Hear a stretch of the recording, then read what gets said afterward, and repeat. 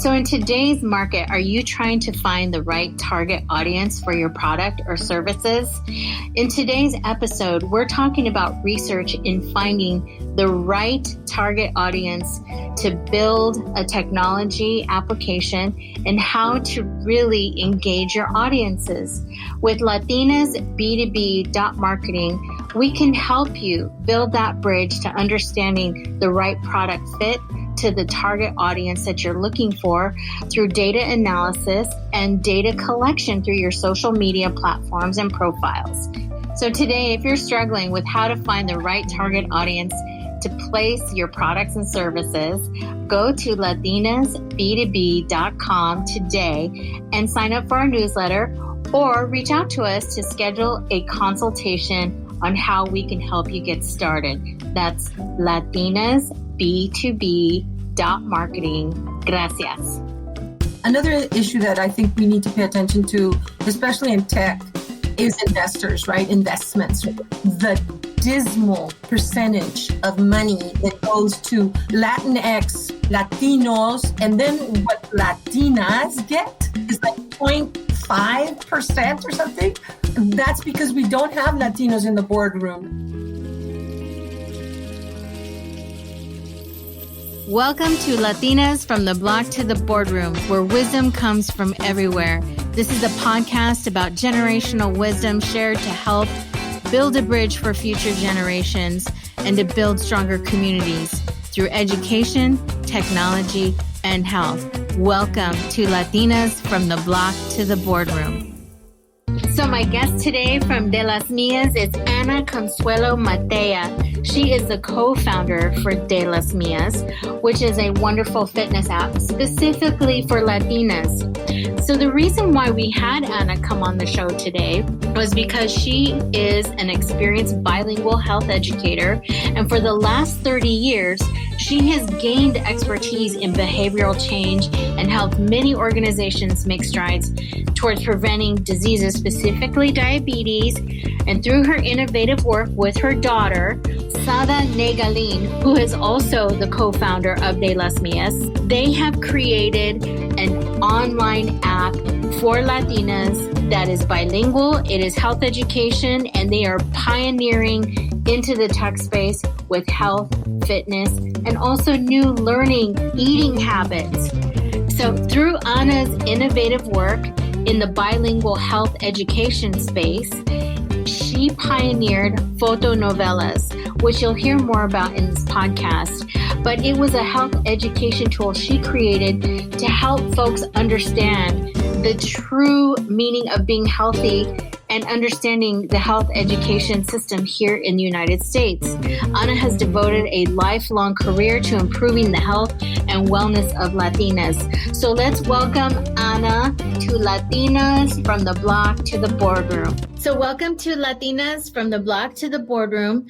I have Ana Matiella with me from De Las Mías, which is a health and wellness app. I'm so happy to have you here as my guest. Health and wellness right now to me is very important for our communities. There's so much tied to it, which is why I have you on the show. You're a Latina, you work in healthcare policy. I want to hear more about why you got into the healthcare policy space first, and then started to pivot into technology, because I think that story is extremely fascinating and it really does have an impact on community. So thank you for being here. And thanks for having me. Okay, well, I'm going to start with a quick introduction, right? Tell you a little bit about De Las Mías and how it came to be. So De Las Mías is a bilingual, healthy lifestyle digital platform for Latinas, built by Latinas for Latinas. We started De Las Mías with a $1.7 million grant from NIH NCI. Very competitive process in this small business innovation research. The reason I mention that, it's really important for Latinas to be involved in research, right? So all our work is research-based. It was a very competitive process because it's a very important topic. It's a very important problem, right? So I'm a health communications expert, that's my career. And so what we did is we started to solve a problem, right? The problem that we started to solve is that Latinas suffer from a lot of health disparities, including diabetes, right? Diabetes, heart disease, some cancers. A lot of those health issues stem from obesity and overweight. So we started to solve a problem, which was solve the obesity, overweight / chronic illness problem among Latinas. And then we realized there had to be a digital solution. That's the way De Las Mías came about. We didn't start out building a digital solution. We started out with a problem, and it happened to have a digital solution. And the reason it has a digital solution is that Latinas are wired, right? We're early adopters of smartphones, social media, right? So we're early adopters of that, way ahead of the curve of the other folks in other populations. So by necessity, it needed to be a digital solution. That's the way it was born, right? So I hope I answered your question. If I missed something, please. No, that was a perfect background introduction. And it is true. And this is where I always want to talk with Latinas in tech or brown and Black women of color and how they're really being innovative.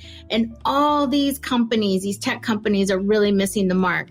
And this is where we're going to really transform technology, I would say in the next 10 to 15 years. They can look us over, but we're not going away and we're starting our own path. That's what has to happen. Like my daughter and I founded De Las Mías, right? She's the MBA. I'm the health communications expert. But here's a really interesting distinction. So we need to find a solution for why Latinas and what we can do for Latinas to live healthier lives. We need to find solutions. But the solution that the mainstream folks, by lack of a better word, Silicon Valley. Yeah. The mainstream people, all those tech dudes, what they're doing is they are translating, and translations don't work. Because as a marketer, you probably know this as well as I do. As a marketer, if you want something to be effective, you have to develop it for the needs, pain points, motivators, barriers of the people that you're trying to reach. You don't develop something for Anglos and then hire the translator and have it translated into Spanish and expect to get the same results. You are not going to get good results. And right now, that's what people in that healthcare space are doing. They're translating from English for mainstream populations to Spanish for Latinas, and then they wonder why it doesn't work. Well, it doesn't work because you didn't create it for them.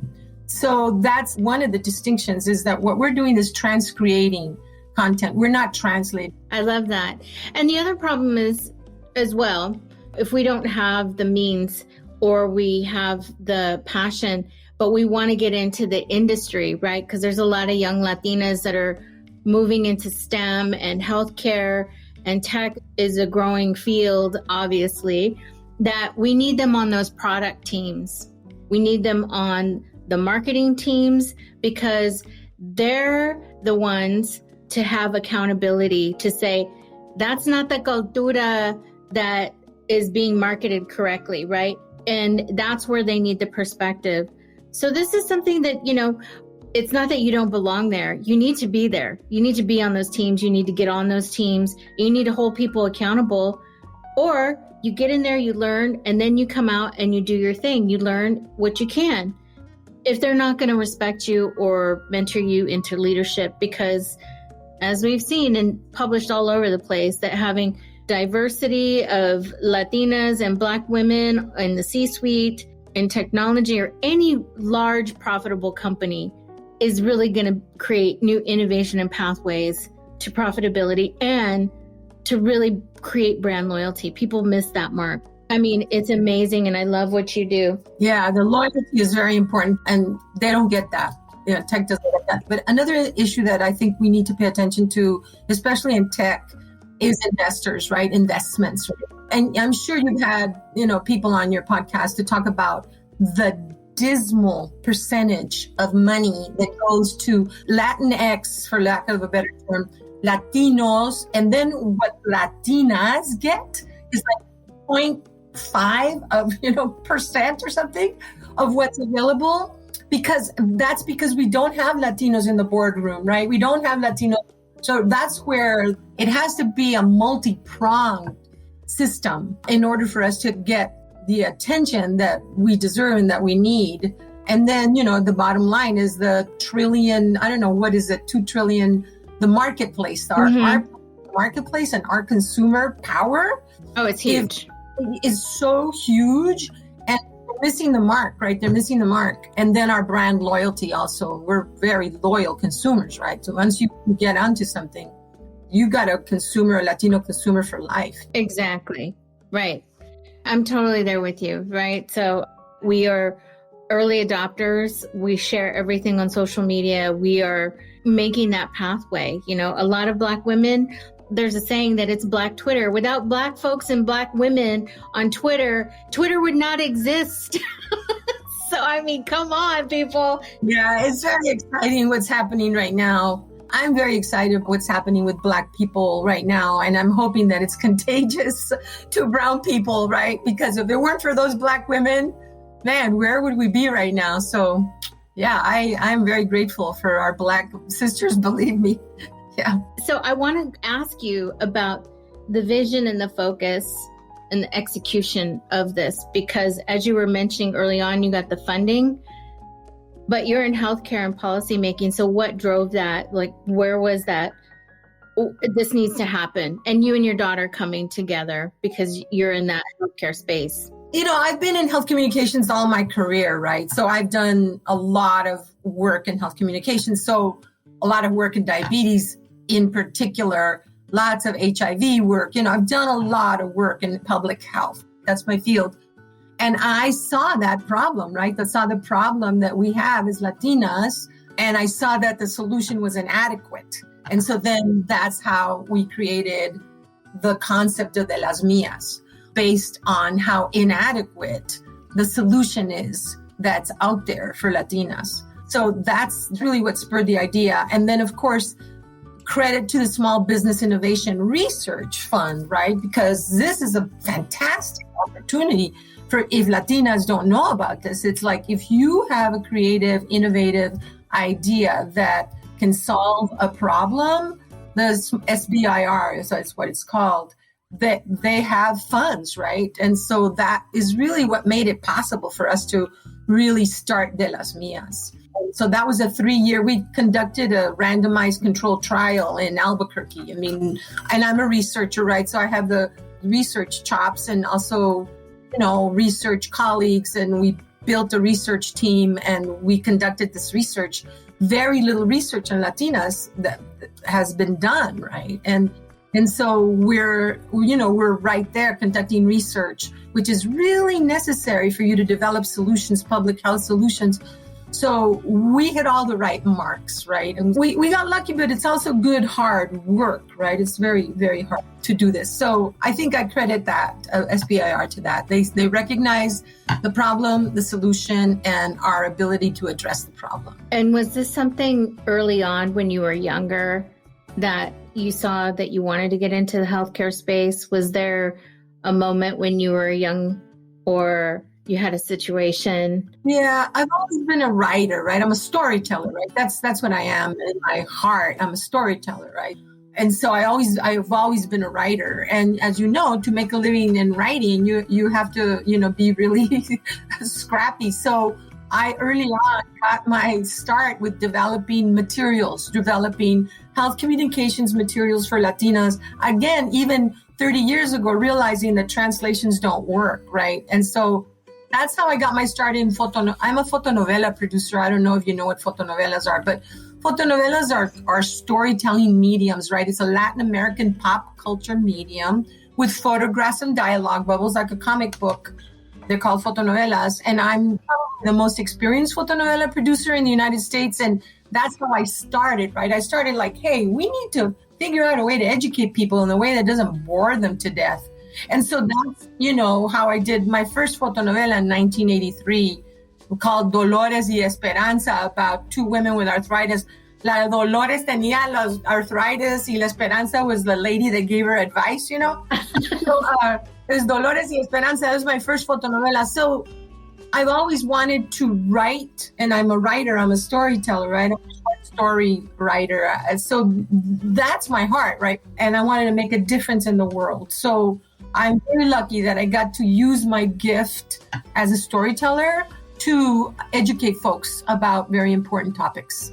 I'm one of the first people in the United States to produce fotonovelas for HIV in 1986. Oh, wow. That's awesome. I love that. Yeah, it's in the Smithsonian Institution. I love to brag about that because... You should brag away. That's amazing. I love that. That's a way, De las Mías was born out of that. It's like we have our own stories. We are so strong and so fregón. No me gusta decir chingonas. So De las Mías is like this wonderful opportunity. I think there's 3 things that are very important with De las Mías. One is we're body positive. It's really important, right? This whole BMI and the standard of what your weight should be. And we tread really softly on that, right? Because there's this balance that we're trying to strike, right? We're hefty women, right? No somos delgaditas. That's just not, but we need to be healthy. But so the BMI standards, all of that. So De las Mías is what we call, it's everywhere, but we're body positive, and we don't believe that we should give up our food. We believe in moderation, and we believe that our food is soul food. It feeds our soul. There's no reason to give up our food. And so you can see all the, we have over 100 recipes on De las Mías that are all Mexican, Southwestern foods that are delicious and healthy. And that's to counter the myth that Mexican food is unhealthy, right? So that we're food positive and body positive, and that we can be healthy at any size. We really like to push that, we can be gorditas and we can be fregonas and we can do yoga. I bike 6 miles a day, and so I walk, I bike. I don't fit the ideal size standard, and many of us don't. And so we like to push that, we're body positive. And so that's another area that we're very devoted to. And also we're devoted to familia, right? We're people, we're group people. We're not individual people. We're group people, we're clan people, we're family people. That's what the group is more important to us than the individual. And that's a value that we have as Latinas that we should not give up, and a lot of times we sacrifice that for success, te vas a ser successful, so you're going to move to freaking, Minnesota or something. So anyway, but you know what I mean, right? Upward mobility, todas esas cosas. So we're group people, and we need to honor that. Yep, totally agree. That's amazing, because it's true. Most of us try to fit that narrative that is not ours in body positivity. It was forced upon us, and we still try. I struggle with it myself for years, and I'm sure many women do, in especially such a male-dominated industry as technology. So this is wonderful, and I really hope there are more women get into tech and they change that around, because it's not conducive. It's breaking us, actually, in ways that are good and bad. So I see more coming, and I'm very excited for it. I'm going to talk to you about one more thing. I'm sorry, but I have to say one more thing, which is really important for those Latinas that are listening, okay? So in spite of all the problems we have, and we have lots of them, okay? We have lots of health disparity problems. Novelas ahí. Yeah, in spite of all the problems we have as Latinas, we still live longer than anyone else in the United States of America. What is that about? We live longer than anyone else in the United States. That's a verifiable fact. Our life expectancy is higher than all the population in the United States. And so we got something going. Now imagine what it would be like if we didn't have all that diabetes, if we didn't have all that heart disease. Because we would live to be like 100. Ahorita, the life expectancy, okay, COVID, that put a damper on things, okay, to say the least. That affected our life expectancy for sure, but we still live longer than anyone else. Somos bien fregonas. And if we take advantage of that, we're unstoppable. We just have to, figure it out. Yeah. So you bring a very good point, and I want to bring an intersection, because it is about food, and food has changed so much. And this is going to be in other podcasts of the awareness of our food. It has been modified over the years.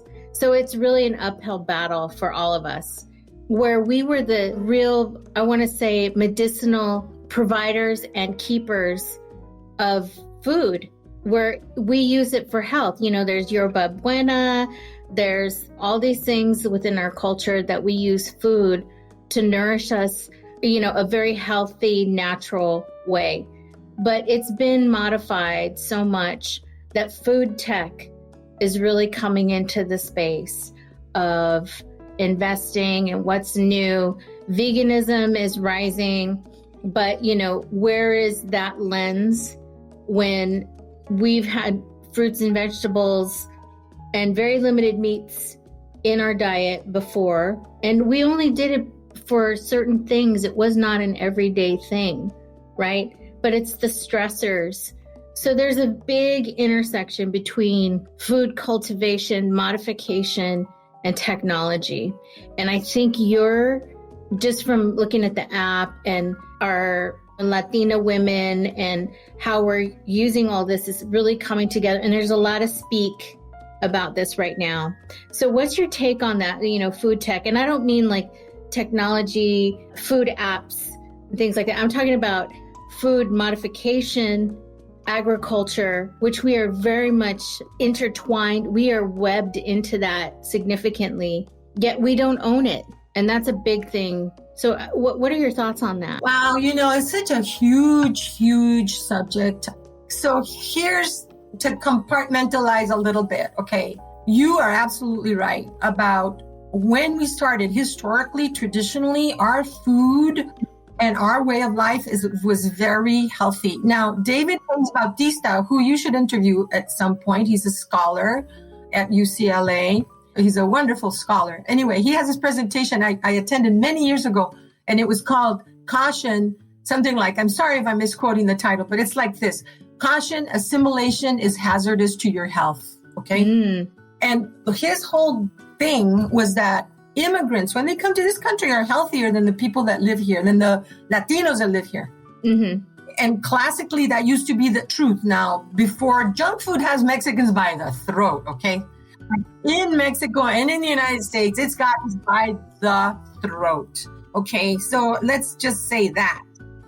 Esas cosas que vienen en las bolsitas de plástico that you don't even know what they are. They look like toys, but they taste like chicharrones. Those things, they're lethal, okay? Son para como little wheels. They look like little wheels. I've always wondered about those. Y luego verás que ricas con chilito y con limón. Anyway, all right. So let's just start with that, okay? Where we started is our ancestors had healthy diets and healthy habits, okay? So no nos tenemos que ir tan lejos. We don't have to go so far, right? Mm-hmm. We can just eat like our grandparents, con las tortillas de maíz y con los veggies y con tanto vegetal, so many vegetables. And like you said, at my Nana's house, we had a small amount of meat. We didn't have these slabs of beef. They weren't very wealthy, so we had poquita. We have a saying in De las Mías, poquito porque es bendito, right? A little bit of meat goes a long way. And if we eat more veggies, and that would be a much healthier way. Never mind that the vegetables are contaminated, okay? Never mind that, okay? I am sorry, but never mind that. If we could just get raza to eat vegetables. I don't understand why. Like, it's so hard. That's the thing. Well, there's so many factors that is like, for example, junk food, right? Como el McDonald's y eso. A lot of times when folks, hermanas that are trying to raise a bunch of kids, going to McDonald's is like a special treat, it's like special. It's like, here, have some junk food. I want to make you feel better, I know it's so crazy, but it's a special treat, right? So in moderation, ni modo, right? You have to kind of pick your battles, right? But I agree with you that the food chain is contaminated. And so that's the deal, right? So if we're moderate and we're just encouraging raza to have more vegetables, more fruits, less processed foods, we're on a good mission. But the bigger mission is, like you said, it's a food policy mission. And that is to get the contamination out of our food chain. That's going to be a bigger problem. De las Mías is not really doing anything to solve that problem. What we're trying to do is encourage people to eat more fruits and vegetables, more whole grains, less meat, but not give up meat and not give up anything actually, but just think in moderation. But the bigger issue, the one you're talking about, the food contamination, the two-tiered system that we have in this country for who eats what, right? Who eats organic and who doesn't, all of that is a huge social problem in our country that unfortunately De Las Mias is not really doing anything about. What we're doing is trying to address and encourage us to eat the way our grandparents used to eat. My tias and my tios, they used to go to the grocery store every day. They would walk to the grocery store and get what they needed, right? So walking was part of life. It's a part of everyday life. And those are the lifestyles that is part of our heritage that we've lost. And it's time to get those back. Yeah, no, I'm there with you. It's decolonizing of the food systems that we have. How do we do that? It's a much bigger topic for sure, but small steps. You can't, and I hate to say this term, but you can't eat an elephant in one day, right? That's how big it is. It's a much bigger topic to address, more spokes in the wheel of inequity of food for a lot of us, especially one that a lot of immigrant families, when they come here, sometimes they're in the fields or their families are working at McDonald's. So that's an easy access to direct food, like bring it home. But there's restaurants that a lot of Latinos work at too. And sometimes they work there because that's where they get the food. They don't have any time. They're working 12, 15-hour days. It's crazy. It's a system that we have to break somehow. And I think education, awareness, and Latinas, like you said, we're really at the forefront of early adoption of technology, messaging. We are the matriarchs mostly of the family and educating our kids. So what you're doing now is, in my mind, really seeding the future generations about getting back to health and wellness of where we were, like you said, your grandparents, even our great-grandparents, and trying to really elevate that level of healthy consciousness. And then it's just going to kind of plateau. And I think more innovation and deconstruction of how food policies and the agricultural system is going to be broken down. I really feel it needs to be, but how that happens is another podcast, another person that's on the ground level, maybe in Congress, that has that platform. Because I know many people have tried to address it, but it's all the way up to the top, right? So thank you for sharing on the food tech part, because it is a growing industry. There's much interest in that. And I think more of the Latinx, Latinos, Latinas culture globally needs to get involved, in my opinion, because we are the owners and the keepers of the land in our minds. But in the way the world is run, we need to be more involved in the policy making. So I really appreciate you bringing that aspect into technology for health and wellness, not so much the policy part, but the education into wellness and health, and bringing back the lens of where we have come from with food, and that we don't have to have this body policy image that is imposed upon us. It's really hard, I know. When I see J-Lo dancing on a pole for the Super Bowl at her age, and we're the same, I'm like, God damn it. Yeah, that was amazing. That was really amazing. But that's her profession. That's her profession. Right. You know? Right. Yeah. There are professions that... Yeah. She needs that body to do that. I know. So yeah, she's amazing. Yeah. I know. She and is. Shakira, both of them. Oh my God, that was amazing. It was wonderful. And the spirit too. Oh my goodness. But they put the message out there. So I just know that was kind of like we went down a heavy road, and then I brought it back to the Super Bowl and dancing on a pole. Yeah, that's okay. Pole dancing lessons went up in that, like 2 weeks. Everybody's signing up for pole dancing lessons. That would be the COVID indoor activity. So maybe, with the app, there's a lot to be done in the app and to explore. And I've looked through it, and I'm just going to close out by saying, I think the app is wonderful. There's a lot of competition out there, and I think there is a huge upside to the app because it's in the vein of the Noom, which is making lots of money and traction. It's the same premise, but I think you were there before. Similar in the sense that it's about habits, behavior change, addressing some of the psychological issues. It's not just about diet. We don't like to use the word diet, actually, so we are not a diet club. Yeah, it's not the same. It's a re-education of a relationship with food, and I appreciate that. I really do. And it's helping me and understanding a lot more of where this intersection with food and technology and the space of getting back to our ancestral type of traditions with food is really wonderful through technology. So I love that. So Ana, thank you so much. Thank you so much, Teresa, and thanks for being such a powerful voice. Really appreciate it. Oh, gracias. Muchas gracias, Ana. De nada. Okay, gracias. So thank you, Ana, for being my guest today on Latinas from the Block to the Boardroom. If you'd like more information about De Las Mías, the health and wellness app for Latinidad, you can go to the Android Google Play Store, or you can go to the iTunes Store and download that app today. We're so excited to hear about more Latinas that are joining the tech and health revolution. I really feel good about De Las Mías, and if you'd like to learn more about their app and what they're doing, you can follow them on Instagram, or you can go to their website at delasmias.com to learn more about how they're helping facilitate a more health and wellness environment for Latinidad. Thank you, Ana, for joining me.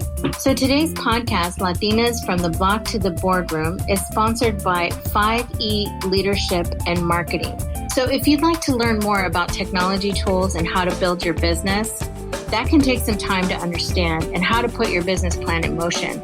So what I've done is I've put a few technology platforms on our resources page at latinasb2b.marketing to help you leverage your business goals and to help you get started on your business today. That's latinasb2b.marketing. Gracias.